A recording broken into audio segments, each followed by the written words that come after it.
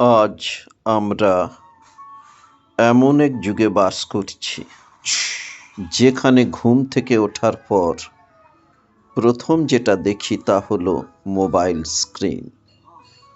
Social media এখন আমাদের দৈনন্দিন জীবনের এক অবিচ্ছেদ্য অংশ। সারা বিশ্বে প্রায় 5 বিলিয়ন মানুষ প্রতিদিন সোশ্যাল মিডিয়া ব্যবহার করেন তথ্য সংগ্রহ, মতামত প্রকাশ ও ভাব বিনিময়ের জন্য। আমরা সত্যি আজ খুব কানেক্টেড। একই মানসিকতা, একই আগ্রহ, এমন মানুষেরা খুব দ্রুত যুক্ত হয়ে পড়ছে এই ডিজিটাল দুনিয়ায়।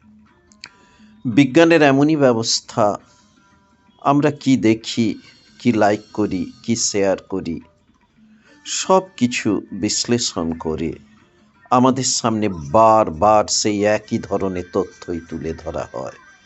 একদিকে এটা সুবিধা, কারণ পছন্দের বিষয় সহজে পাই, কিন্তু অন্যদিকে এখানেই লুকিয়ে আছে এক বড় বিপদ। যদি কোনোভাবে আমরা নেতিবাচক বা ভ্রান্ত ধারণার সঙ্গে জুড়ে যাই, তাহলে ধীরে ধীরে মনে জন্ম নেয় আসক্তি, উদ্বেগ, অশান্তি, হতাশা। আমরা তখন একই কথা আর বারবার শুনতে থাকি। এ যেন এক বদ্ধ ঘরে দাঁড়িয়ে নিজের কথারই প্রতিধ্বনি শুনে যাওয়া। এতে একঘেয়েমি আসে, চিন্তা সংকুচিত হয়ে যায়। কিন্তু উপায় কি? এই বদ্ধতা থেকে মুক্তি মিলবে কিভাবে?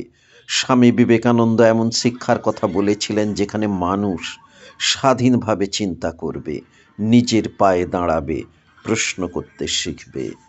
তিনি বিশ্বাস করতেন, কেন প্রশ্ন করাটাই স্বাধীন চিন্তার প্রথম ধাপ।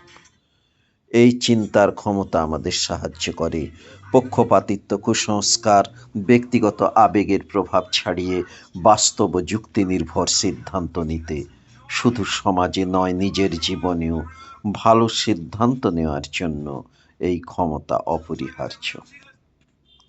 এর বাস্তব উদাহরণ আমরা পাই শ্রী শ্রী মায়ের জীবনে। তিনি বলেছিলেন, কারো দোষ দেখো না, দোষ দেখবে নিজের। কিন্তু এখানেই প্রশ্ন, আমি কেন অন্যের দোষ দেখি? এই প্রশ্নই হলো আত্মবিশ্লেষণের সূচনা। স্বামীজি তাঁর শিষ্য গুডউইনকে এক চিঠিতে লিখেছিলেন, প্রত্যেক প্রতিকূল অবস্থায় বেদান্তীর উচিত নিজের মনকে জিজ্ঞাসা করা, আমি এরূপ দেখি কেন? আমি কেন ভালোবাসা দিয়ে প্রতিকার করতে পারি না? এ এক মহান অভ্যাস। এই আত্মবিশ্লেষণ, এই প্রশ্ন করার সাহস, এটাই ছিল প্রাচীন ভারতের শিক্ষা ব্যবস্থার অমূল্য দান। আজ সোশ্যাল মিডিয়ার যুগে এই শিক্ষাই আমাদের সবচেয়ে বেশি দরকার। চিন্তা করুন, প্রশ্ন করুন এবং নিজের মনকে জানুন।